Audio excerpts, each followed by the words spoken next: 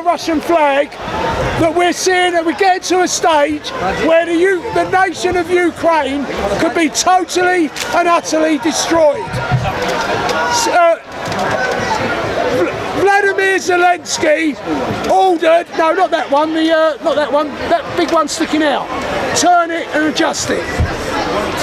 No, oh right, well, just turn the whole thing. Oh right, you got it. Yeah, Vladimir Zelensky, round about July, at the Ankara NATO conference, he issued a 40-day drone attack onto Russia. And what he was trying to do was terrorise the Russian people, because they got an election on the 20th of September, and try and turn everyone against Vladimir Putin. But I can tell you now, it is totally and utterly fouled, and it's backfired. I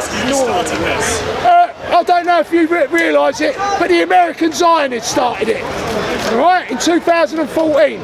But I'm not here to talk about it. Afterwards you can ask the question if you want to.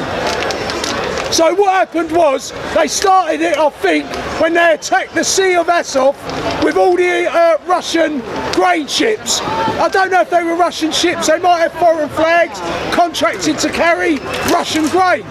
And what they did, they used sea drones to attack them, either sink them and do a lot of damage. Now, for 4 years, Russia has left the Ukrainian grain ships alone. And they really didn't want to do that, but they had Guterres of the United Nations and Erdogan of Turkey, who controls the straits. What's the matter with Marv? What's the matter? Oh right, he's fell asleep, yeah. The Bosphorus, the Dardanelles, that lets everything in and out the Black Sea. And both Erdogan and Guterres said, leave the grain ships alone. So Russia left the grain ships alone, knowing that every empty grain ship that come through the Dardanelles was bringing weapons in to the port of Odessa, and that's how Ukraine was getting a lot of its weapons. That's a fact. So what happened was, once they attacked the grain ships in the Sea of Azov, which was Russian grain, and Guterres and Erdogan said nothing, Russia went, oh, they left it for a couple of days and there are more attacks. So they said, oh, nothing said when they attacked Russian grain, only Ukrainian grain.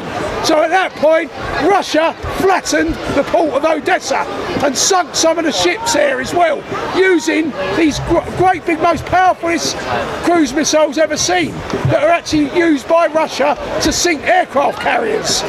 And they sunk probably some Turkish ships over there, and they sunk a lot of them. And no one could say nothing, because days before they were attacking Russian grain ships. Then they started attacking all the businesses making drones. Well, they're not actually making them, they're assembling them, because the drones are really coming from China. And they're selling them to the Malaysians, who are selling them to someone that takes them in by ship through the Dardanelles and the Bosphorus into Odessa port. So they blew up all those factories. They've also took out all the railway lines, but mostly the railway locomotives, and they're blowing up the bridges in and out of Odessa, road bridges and train bridges. So now Odessa, Ukraine is now a rump state, and they can't get anything in or out of Odessa. Then they they started attacking oil refineries in Russia. Everyone saw the one that was attacked near Moscow and St. Petersburg, and they use these little gazelle trucks.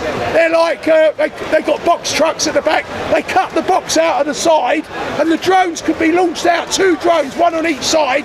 And these drones, right, they were big drones. They could go straight deep into Russia. Now these gazelle trucks was using the local petrol stations, or if the Americans are listening, gas stations, to fill up.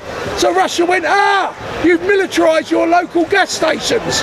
So now Russia is absolutely destroying every gas station or petrol station in eastern Ukraine, close to the Donbass. But now they're also doing it in Sumy Oblast and in Kharkiv off-blast, and they took out 400 petrol stations in Sumy. So eventually it looks like systematically they're going to destroy every petrol station in eastern Ukraine. So I'm actually talking about here, we're seeing the destruction of the Ukrainian estate. So it's not the Russians that are doing it. They've been forced to respond to attacks on their country, backed up by the Anglosphere, the Zionist Anglosphere of England, of Britain, America, and, you know, the European Union. So I'm saying they want to fight to the last Ukrainian. They want Slav to fight Slav. Just like they got Saxons, Germans to fight Saxon Englishmen in 2 world wars. Right? This is how they play it. So I'm here to call out, we've got to stop this. We've got to stop this war, but no one's listening.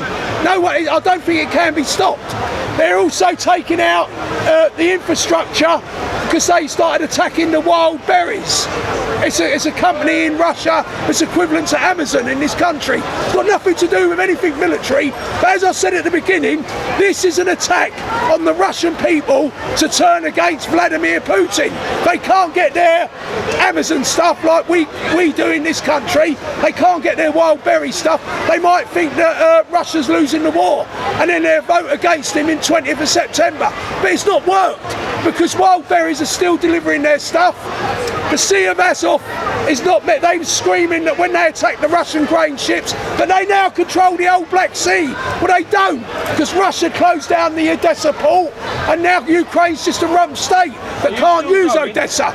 Now there is little rivers that go all the way down to Constanta, which is a port in Romania. Maybe they can use this to put barges to go down through the river system, the Dniester, I think, down to Constanta in Romania and deliver the grain to the global south from there. But they're in a drought in Ukraine. The rivers are too low and the ships will be too heavy with grain and they get stuck on the mud. And they've blown up all the bridges, road bridges, so lorries can't do it.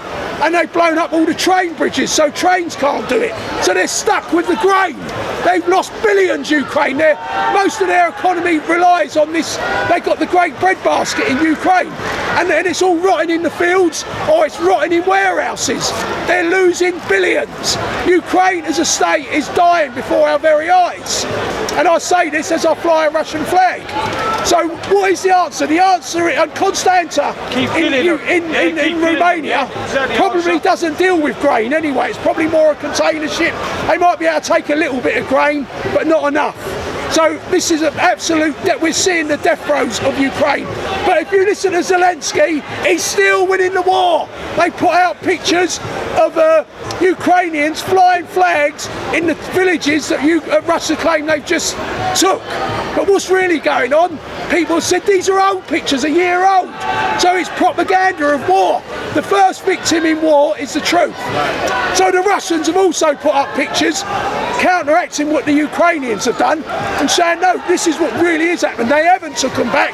There's the Russian flags. Now, how do I know that the Russians ain't doing the same thing? And these are old pictures. Well, I'll tell you why I know, because this has been going on for years. And in the end, you work out where the truth is coming from. And the Russians more than likely are telling the truth. But it's hard for me to prove. But you'll have to trust me. Well, you don't have to trust me. But through my experience, but how I would say this, right? Yeah, well, this guy here who's just been asleep for half hour and he's just woke up. Right, because someone put the camera on him. What state he looks like. When you talk, we fall asleep. Right, so when you talk, we fall asleep. Right, Ukraine. You were asleep when Hyde was talking. It's a shame, really. No one really wants to see that happen. We know they've lost over 2.5 million men. They got 1.5 million men that are amputees. We know this is true. There was record amounts they were asking the Germans that have got, so they've lost legs, they've lost arms. It's an absolute disaster. The Russians, they use fab bombs, right? And these fab bombs, they don't have to go near the Ukrainians to destroy them. Right, they use the fab bombs. They're bombs that have been converted to very cheap cruise missiles. They drop them out of a Sukhoi 34 or a Sukhoi 35. These wings open, they got an electric gadget on top, and they got to glide them to within a square metre of their target. The Ukrainians have been building massive defences since the war started in 2014 through the coup d'etat in the Maidan Revolution. The NATO's been showing the Ukrainians how to lay concrete in the Donbass to make massive defences. So instead of throwing hundreds of thousands of men at these defences, they throw glide bombs. Some of them glide bombs weigh 3,000 kilos and they got 1,500 kilos of explosive material. That's how they break down the defences. That's how they break down NATO concrete. And then they use their artillery. So I mean, America at the beginning of the 2022 special military operation announced that they make 14,500 155mm shells for the artillery, and they said they realised they needed to increase it. So they said we're going to knock it up to about 35,000 a month. This is a month, 14,000 up to 35. Well, eventually they got there. It took about 18 months to 2 years. Then they said we're now going to up it to 100,000 155mm shells. Well, 2 years later, it's just been announced that they haven't. It's still only on 35,000. But they've been getting the Germans and the Czechs to try and do it, because Russia isn't just fighting Ukraine, it's fighting every single country in NATO, and it's winning. And it produces probably 4 times more 155mm shells than the whole of NATO put together. Pardon? Because we've actually had Ukrainian bloggers coming out admitting that Konstantinivka fell 6 weeks ago. Yes. Zelensky's coming out saying it hasn't fallen. He's like, loads of Ukrainian bloggers are admitting it has fallen. Zelensky can't admit the truth, because if he admits, be quiet please, if he admits the truth, then the people would realise that they're losing and he wouldn't be able to get no funding. I said afterwards. Go on then. Ask a question, don't dictate to me. No, let me give you the scenario. Hold on. Let me ask a question. I'm Russian-Ukrainian. He's Russian-Ukrainian. Okay. So what? He does get it does not matter. It doesn't matter. Okay? Yeah, right. So wait afterwards. Okay. Don't swear it, Mr. Speaker. Don't swear it. That's not like we're outside. Wait afterwards. Are you Russian? Outside hours. What's the matter, mate? What? Don't say what he's going to say. No, afterwards. He's not. I said he can ask a question, but he wants to make a statement. No, I'm not ready for statements. At the end. Ask a question. Well, you know what? Learn English. Got a question then. He's got a question. Right. He's got a question. Right, he's got a question. Go on then. No, he's got a question. No, he hasn't got a question. He's got a statement. What's wrong with that? Right, you can hear me. No, but I want to hear questions. I'm taking questions. Why don't you say a statement? Because people can talk. he's not going to dominate it, because he's a Ukrainian. I'm not having it. No, why should I have it? They don't get special treatment here with me. Everyone in these countries bend over and take it up the arse from the Ukrainians. Yeah, bend over, Ukraine. But I don't want to see Ukraine destroyed. But this man, he should be admitting what I'm saying is the truth, so that we can stop the war and stop the death. I don't see him doing that. Do you? Thank you. I don't see him doing that. So, we've now got Turkey. Shut your mouth. Shut your fucking mouth. Right? Fuck off. Right? Now we've seen the Ukrainians. This young man's got he can wait there, Jamie. You fuck right off there. Sort this lot out. Fucking hell. I'll challenge it. Oh no, I've given him his chance when I finished. Turkey. No, not yet. It's him. He's not in control. I'm on the step. Wait. I will give you your time, I promise you. But tell him to shut up. Yeah, you can get up here afterwards. Turkey. No, he can ask questions. Yeah, wait. I will give you your opportunity. You want me to ask you a question? Not yet. Later. Right. So I've told you that several times. So now I'm going to say that Turkey is now been ordered by its American masters. Otherwise, it won't get the F-35 jets that have got no magnets at work. They're only going to be shit anyway. They're never any good. Mind you, what do you know? You know nothing. The rare earth minerals that make the magnets for the F-35 jets, America can't get them anymore. So nothing works, and they run out of Patriot air defence missiles. Even Marco Rubio's admitted it. They've all admitted it. And if they can't get rare earth minerals, which the Chinese control, like 99%, they can't build no more Patriot air defence missiles. So Hyde, I don't know what sort of war he's talking about. They can have an economic war. They can have an economic war, but they can't have a military war. Not for about 10 or 15, 20 years. But by then, who knows how far the Chinese and the Russians and the Iranians have moved on since after that. More war. But they can only have an economic. So Turkey's giving its Patriot 2 missiles, its Patriot 3 missiles. Against war. But we all know that these missiles do not hit. They cannot hit other ballistic missiles. They can only hit Sukhoi 34 jets. Basically, they can hit jets, and they're worried. Zelensky is worried that if they don't get Patriot air defence missiles, they will be sending Sukhoi jets over using those fab bombs on Kiev. And at that, because they've refrained from doing that. They've been using Zyklon hypersonic missiles. They've been using Iskander missiles to hit Kiev. But once because there's no air defence systems, but once they're convinced there is no air defence systems, they'll send the fab bombs in that weigh 3,000 kilos and have 1,500 kilos of explosive material. That is Zelensky's nightmare. Like they've destroyed all the concrete that NATO laid since 2014. How's it going to end? Well, we don't know. Probably with Ukraine being exterminated as a country. It will not survive it if it carries on. Right?